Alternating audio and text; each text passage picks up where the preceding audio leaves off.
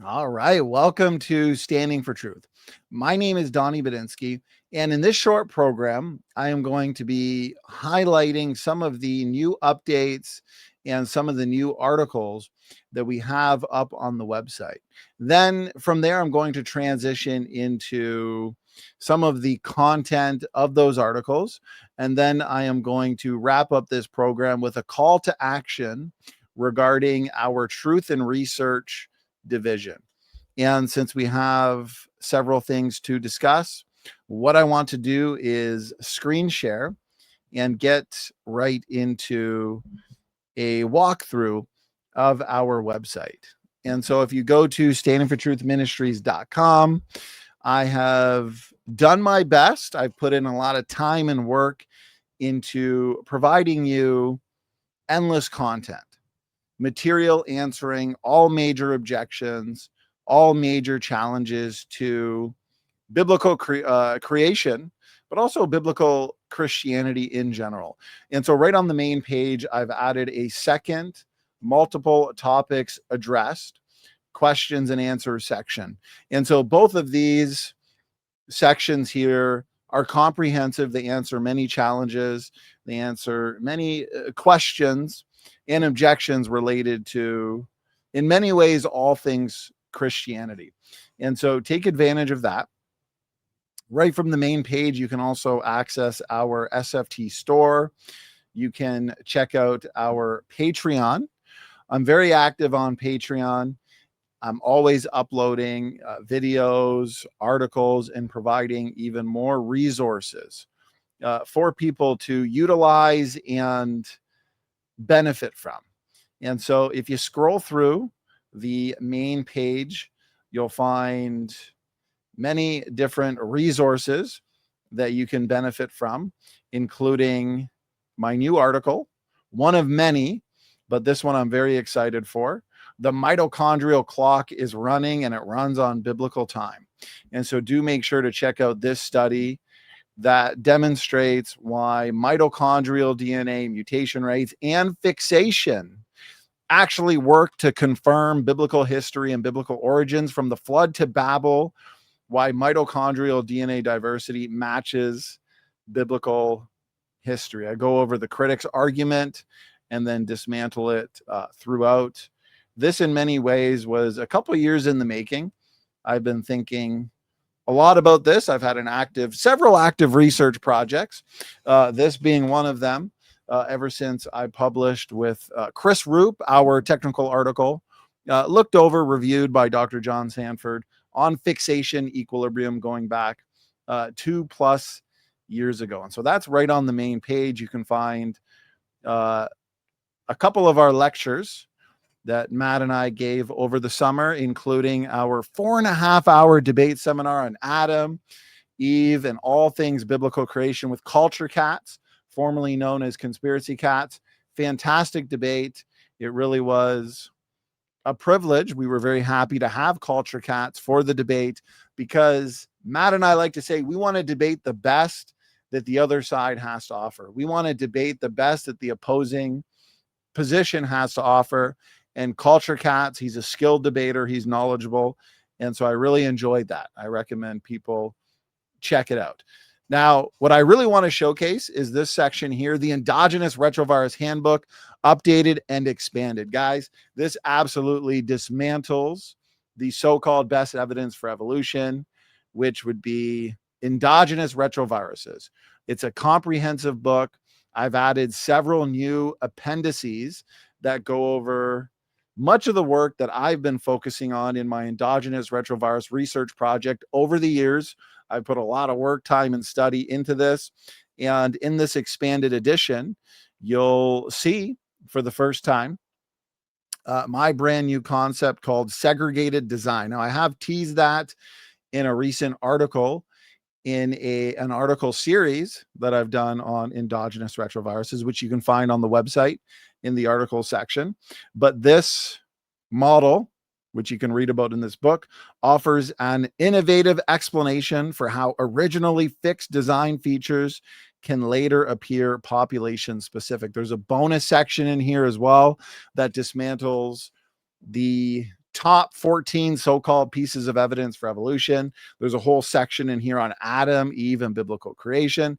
Guys, this is a book that you need in your library. Any serious creationist, any serious critic as well. If you're going to continue asserting that endogenous retroviruses are the best evidence for evolution, some have even said that it's as close to proof as you can get for something. As we know, in science, you don't really prove things. You come up with a hypothesis, you make testable and falsifiable predictions, you come up with experiments, and you try to disprove your model. Okay. And so evolutionists are overconfident on endogenous retroviruses, which is why this is a must-have book. And it's a must-have book for critics as well. Let's see you counter the evidence offered, including the superior model in this book. Now, I'm very happy with the Kindle ebook, so do check that out if you prefer Kindle. And you can also get the book in black and white or full color.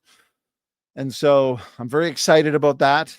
That's an additional book in our growing library. We have several projects that we're working on, including several books behind the scenes. One that we're really hoping to get done sometime within the next month is a Standing for Truth Biblical Creation Answers book. We've already got about 10 to 12 chapters, each chapter answering a specific challenge or a specific question, ranging from Adam and Eve to evidence for intelligent design and God, addressing objections or challenges to the global flood, going over amazing evidence for young earth creation. And so we're really excited about that. There just really isn't enough time in the day, though. So we're hoping to get that out sooner than later. Now, I really want to showcase the article section, but before I do, I should go over to the video section, as we put a lot of work into this. And so please check out the video section and have some fun with this. Scroll down, obviously, tons of different categories that you can look at and watch several videos related to whatever the topic is: soteriology, radiometric dating, geology, design, a little bit of everything for you. There's a whole section here on playlists, just to make life easy. Oh, you're looking for evidence for Adam and Eve? Click that and it should take you to a playlist. Each playlist ranges in number of videos, but you'll find several at least for each. Check out the guests on Standing for Truth section. We have many incredible visiting guests that include scientists and apologists, experts in all kinds of fields, ranging from geology to astrophysics to biology, theologians, pastors, a little bit of everything, chemists, of course. And so do check this out. We've added several new guests that I've had the privilege and honor to interview and have a discussion with.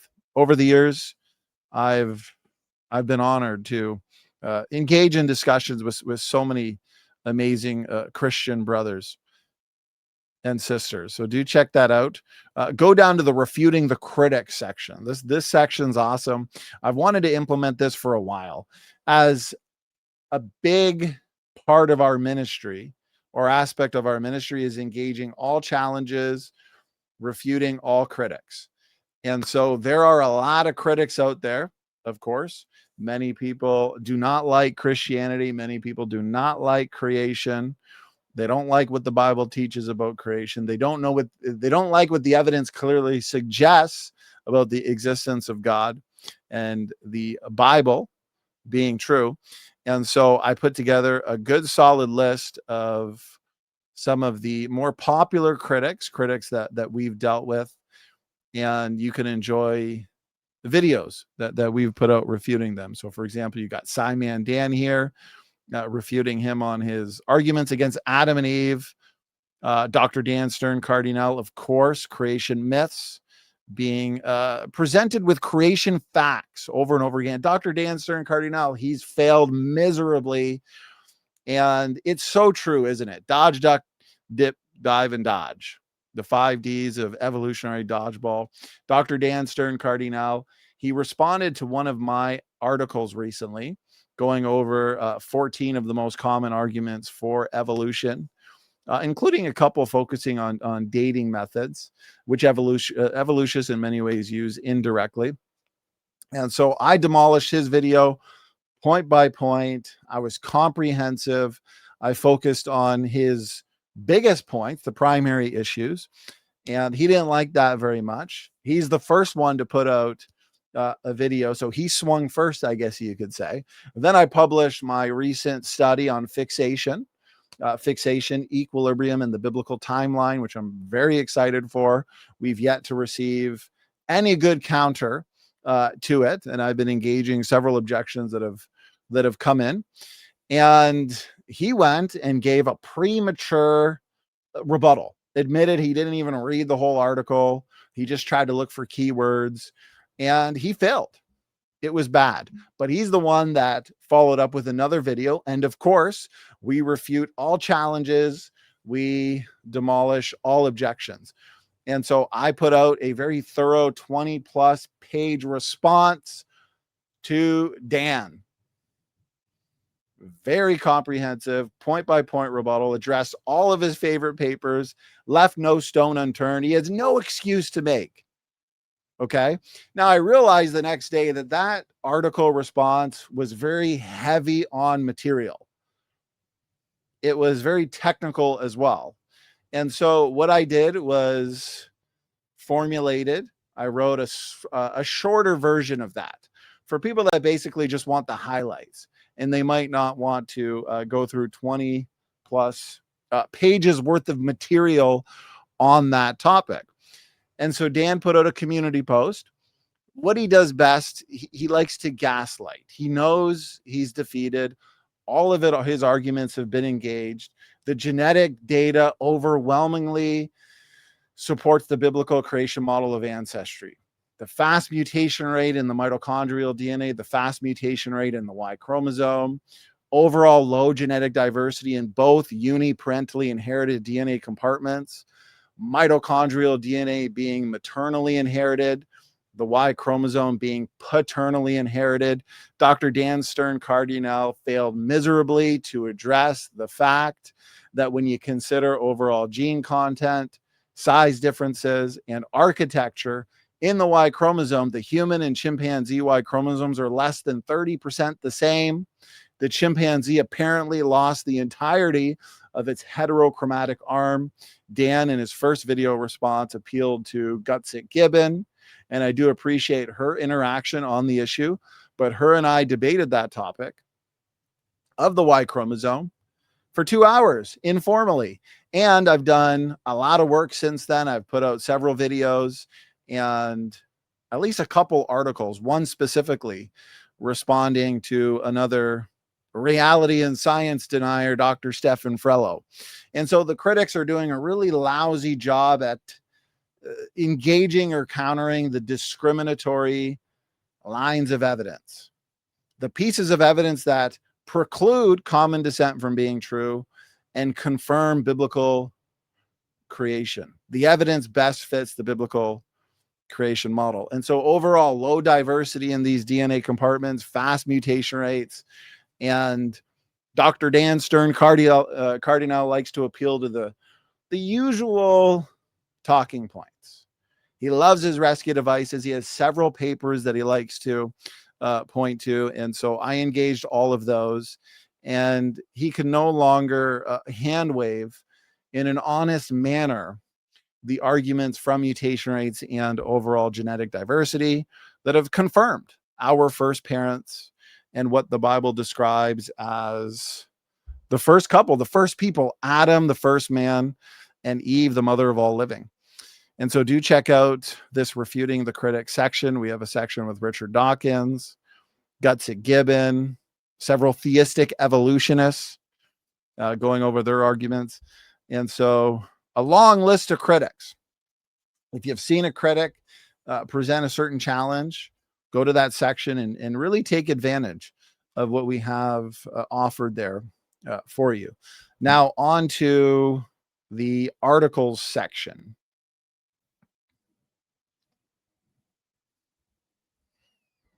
We've published many articles here on many different topics. And I've had several active research projects over the years. And so I'm very excited that this month I've been able to write basically somewhere between 8 to 10 hours a day in order to finalize a lot of the work and study and research that I've done over the last 2 to 3 years. And so I've been able to publish my model in explaining Neanderthals in the biblical worldview. Do check that out. What I'll be doing in October is this. And so we've had a lot of debates, we've had a lot of discussions and programs in September. And so in October, I've intentionally left some gaps in days. Okay. Now, the reason why is because I am going to go live for many of those days in October, and I am going to go through a lot of these studies one by one.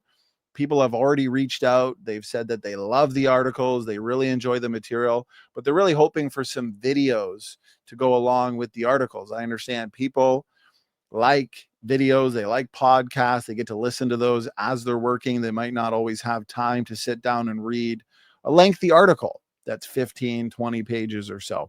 And so what I want to do is get video presentations. I'm putting together slides and visuals, and I am going to be putting out some pretty epic lectures and presentations mostly throughout October. So stay tuned for that on all of these different topics. This one I'm really excited for.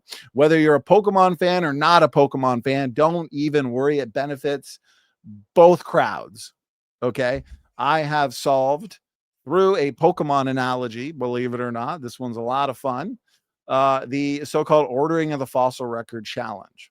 And so please check this one out because I am going to be doing a full video, heavy on visuals, heavy on information, showing exactly why the so-called ordering of the fossil record does not support common descent or large-scale evolution. And it's exactly what we would expect as a biblical creationist. Here's my initial response to Dan. Answering creation myths, a clarification on 14 evidences in Dr. Dan's critiques. Really bad arguments from Desperate Dan here. Revising history on junk DNA. I've got a whole section, historical reality versus revisionism. Dan just denying reality here. Cars don't reproduce. Yes. A PhD evolutionary biologist is still repeating this very unsophisticated argument. Cars don't reproduce. He's not willing to engage the data. It's clear he's tapped out. And what's interesting is these are the best that the evolutionist side has to offer. This is who they look to for technical rebuttals to our best arguments, and they're failing. They're flopping. Their arguments are very unsuccessful. And so you can check out his video, but I want to go through some of this. This is entertaining. This is my favorite part of the video. This showcases just how weak the evolutionary position really is. At 7:40, and I got all the timestamps here documented. And again, at 11:18, Dr. Dan scoffs at my use of the car analogy. He goes right to the car analogy, which we've all seen a million times. This is Dan. This is quoting good old Dan here. Cars don't reproduce. Thanks for stating the obvious there, Dan. Took Dan, 8 to 10 years to get a PhD to realize that, apparently. It's not an analogy for biological systems. Oh, I've corrected Dan on this over and over again. If I had $1 for every time I had to correct this evolutionary biologist for these very weak arguments, I would be a trillionaire. So here we go. This is funny. This demonstrates rhetoric, not argument. He's very high on rhetoric, low on substance these days. It's disappointing, but I shouldn't be surprised. This demonstrates rhetoric, not argument. Analogies are meant to illustrate reasoning patterns, not be literal equivalents. The car example shows that shared design features don't require common ancestry. Engineers across, see, here's the thing. Evolutionists believe that they're related to banana plants and strawberries and monkeys and puppy dogs. And so the general population, they know how ridiculous that is. They know how silly that is. And so what these evolutionary biologists have to do is they have to dress it up in fancy words and terminology. And they do their best to attempt to talk over people, to make something so absurd sound somewhat reasonable or scientific, which is why they really don't like analogies, because these analogies work. They're very effective in showing the general public, 99% of people, why evolution doesn't work and why common design is the best explanation for what we see and the best explanation for the evidence. That's why all they can do is scoff at analogies, because what they want to do is deceive. Okay. Well, they're not deceiving anyone on my watch. And Dan's going to have to do a lot better than this.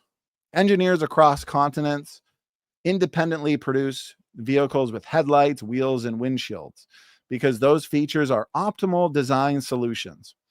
Similarly, homologous structures in biology can reflect common design. Very basic, very easy. And ironically, notice this part. I've been saying this for years. No good counter from the critics. If cars did reproduce, manufacturers would rejoice because self-replication is a design feature vastly superior to human engineering. Adding reproduction, Dan, does not make your case more reasonable or logic. It actually adds complexity and adds more of a problem to your model of common descent. Okay, you're a common descent salesman, but you're not making very many sales this year in 2025, not with these kinds of arguments. Far from weakening the analogy, the reproductive capacity of life strengthens the case for design. Imagine car companies could not only invent cars, right? Because human engineers accidentally design in homologous patterns. They design interesting intermediate vehicles. They design in nested hierarchical patterns, reflecting the biological world. And yet the Bible says that we as humans are made in the image of God. My model suggests that there must be something about us that reflects the divine. And perhaps we can get an idea into how God designed the biological world based on the way we, as human engineers and human designers, design things. And it just so turns out that humans design in a very similar way to the way the biological world is ordered. Okay. But God is so above and beyond. He's infinitely more complex than us. And so he incredibly has designed the biological world with the amazing ability to reproduce, to pass on their genes, to have offspring. Could you imagine if human engineers had the capability and knowledge accumulation to design cars that could self-replicate? They'd save a lot of money. They'd make trillions. Okay. And so this is just a really bad argument. It needs to be stopped. Anyways, I'll do a whole video going through all of this. My goal here today is not to give a full breakdown of these articles, but just to show you that these articles are here and that these updates are here. And so here's my study on mitochondrial DNA mutation rates. Here is my response to Dr. Dan's premature criticism. He just couldn't help himself. Yet in his community post, he says, why are they at Standing For Truth Ministries? Why is Donnie so obsessed? Does he really expect anybody other than many in his audience that are basically, it's just an echo chamber? They're unfortunately brainwashed by many of the evolutionary talking points. Really, anybody who's looking at this objectively, does he really expect them to believe that nonsense, that pure gaslighting? He knows he's lost. He can't keep up. Every time he puts out a video, within a day or two, there's a comprehensive response point by point to his worthless, unimpressive arguments. Okay. Every time Dan now puts out a video, it's a gift. It's a beautiful, generous gift to creation science, to biblical creationists. And so he started the fight. Dan, if you can't handle the heat, stay out of the kitchen, my friend. Okay. He knows he can't deal with these arguments. And so I do recommend people go check this out. You can also go on the Patreon page for the shorter version that essentially just focuses in on his favorite papers. Okay. So down here, if you go starting at point number 3, I think it is, you'll find his favorite studies, phylogenetic related studies, mutation rate studies. And in a nutshell, his arguments don't work. The points that you'll see in this article and also the Patreon article are pedigrees versus phylogeny, and the fact that he still makes this D-loop argument that's been addressed many times. I'm scrolling down to it in the appendices. Right down, and again, in the Patreon article, it's a little more condensed. But right here, response to Dan's D-loop and pedigree objection.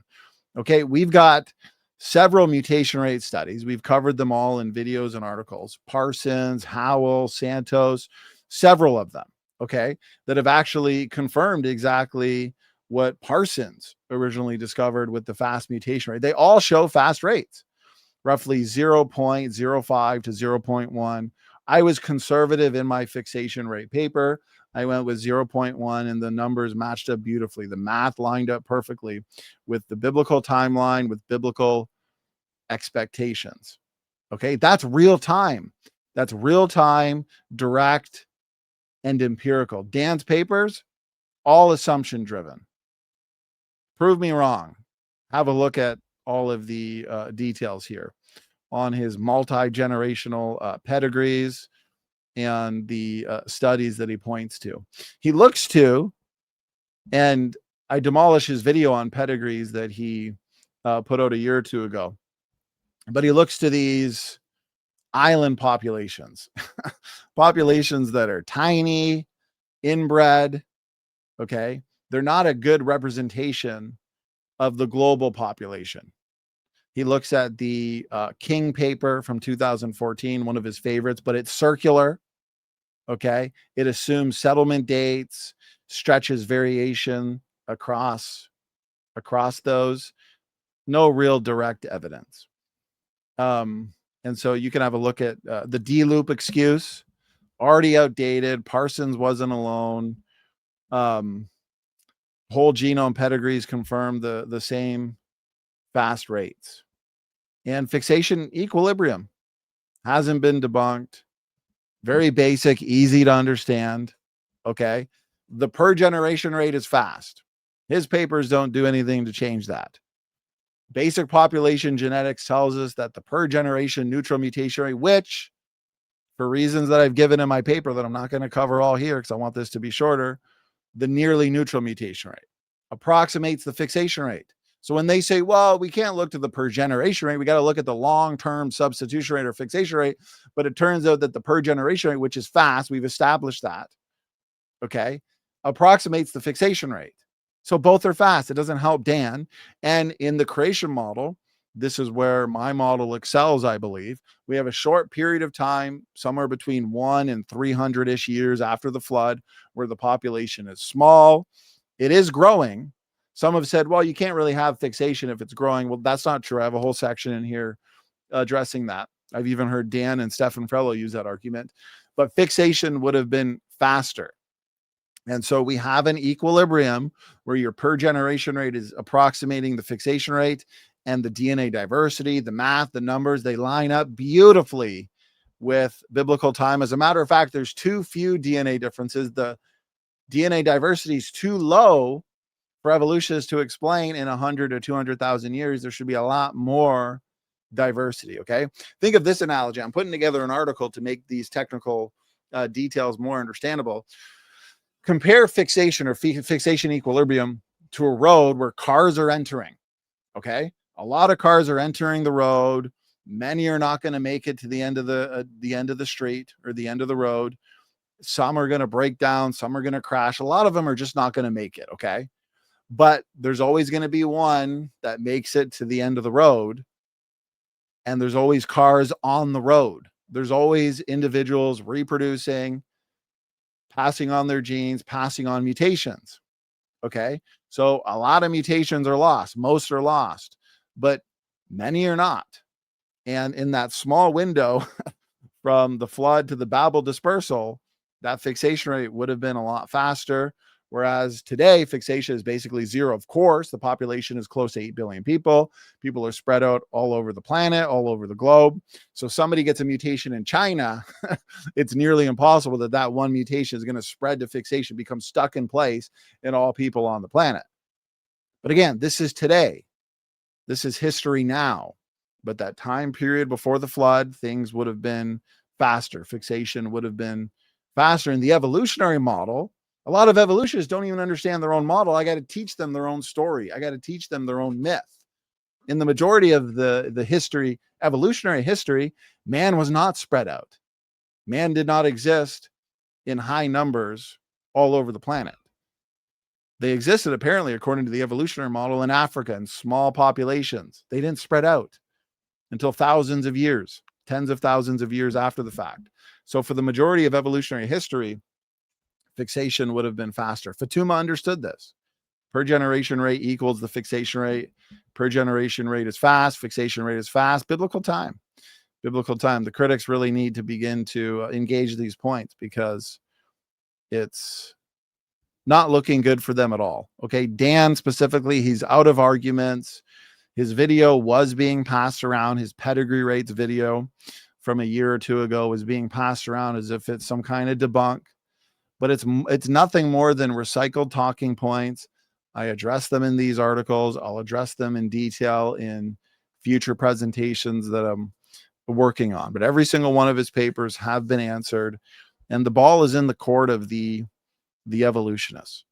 And so there's another article here that I would love for people to utilize and benefit from: Unmasking the Genome, the End of Junk DNA. This is a go-to resource that addresses all of your major criticisms from those in the evolutionary camp that still want to maintain this indefensible argument that the majority of the genome is still junk. And so I go through, I'm not aware of, I could be wrong, but I'm not aware of an article like this that actually compiles all of your evolutionary rescue devices on this topic into one resource, into one place for you to pass around. So if people are still making these kinds of pro junk DNA assertions, whether it's on YouTube or Facebook or in Facebook groups, send them this article. Challenge them to refute it.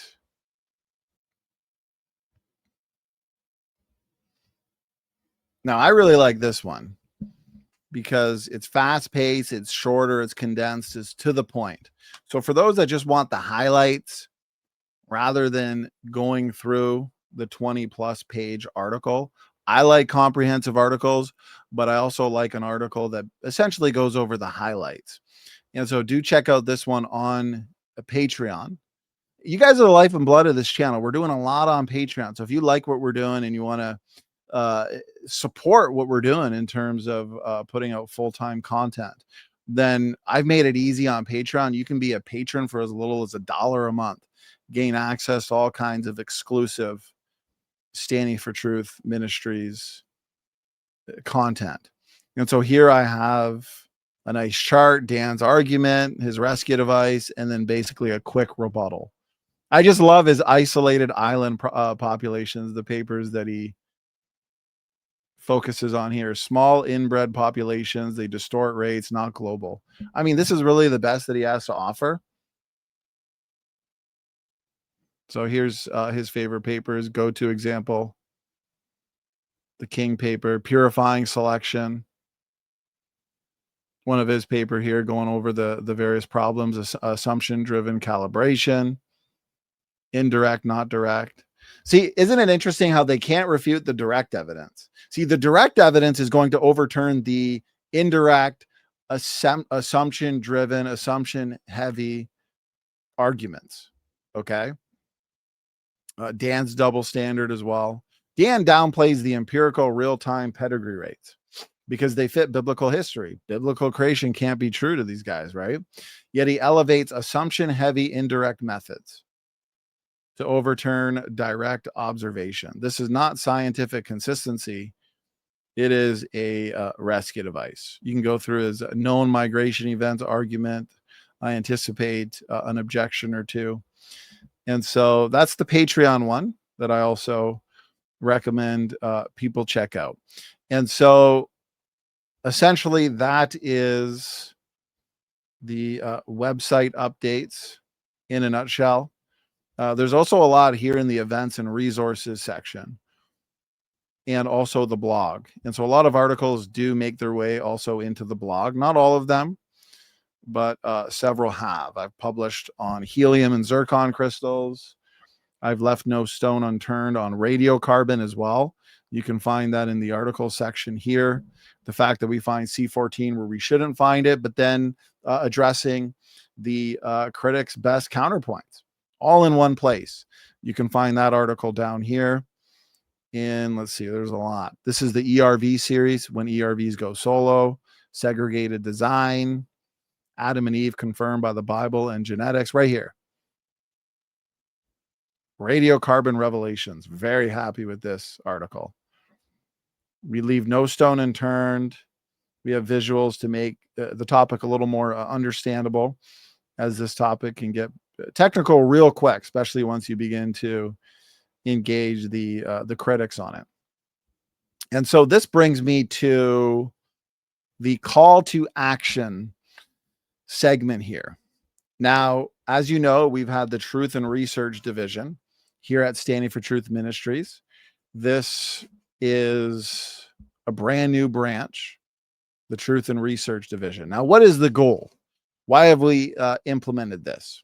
Okay, well, we've done it to take cutting edge data in genetics, in all fields of science, okay, biblical history, biology, geology, astrophysics, archaeology, and we want to provide clear, we want to provide accessible and professional resources that refute critics and ultimately strengthen the faith of believers, make converts, show them the evidence, open their minds, help to remove the blinders that are on them, unfortunately. Okay, so we're producing articles, many articles, obviously, videos and rebuttals that leave no stone unturned. But we want to take this to the next level. And for that, we need your help. With your support, we plan to launch truthandresearch.com, an entire new website that essentially brings together all of these research articles, but also this is what's going to differentiate it from other research websites in the world of creation: research lectures. Matt and I were already working on several research lectures, myself on the various aspects of my ERV model that I present in my ERV book. Matt's working on topics like Oklo and radiometric dating.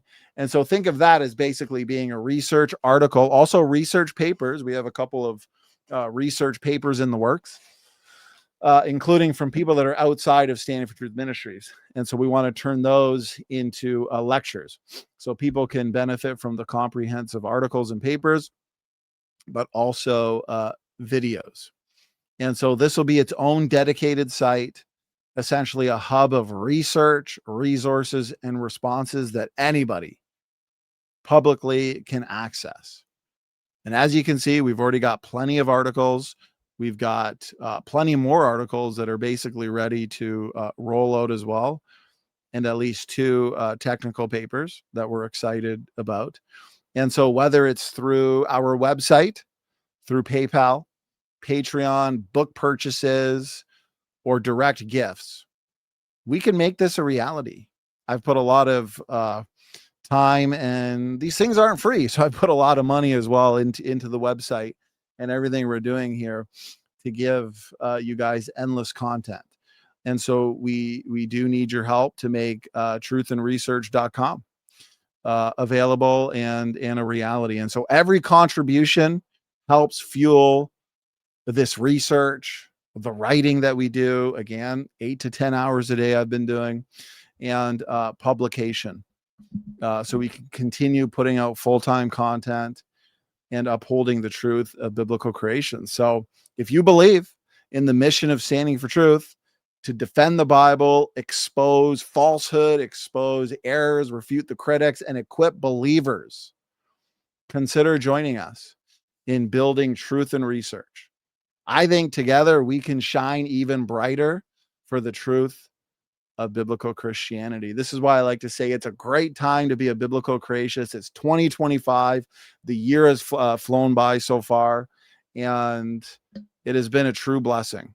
We've done so much here for the glory of God to showcase just how overwhelming at times, really, the evidence is for biblical creation. We have a faith that can be defended, and we've offered the superior model, which is the biblical model of ancestry. And it's a tough time to be an evolutionist. It's a really tough time to be an atheist, especially.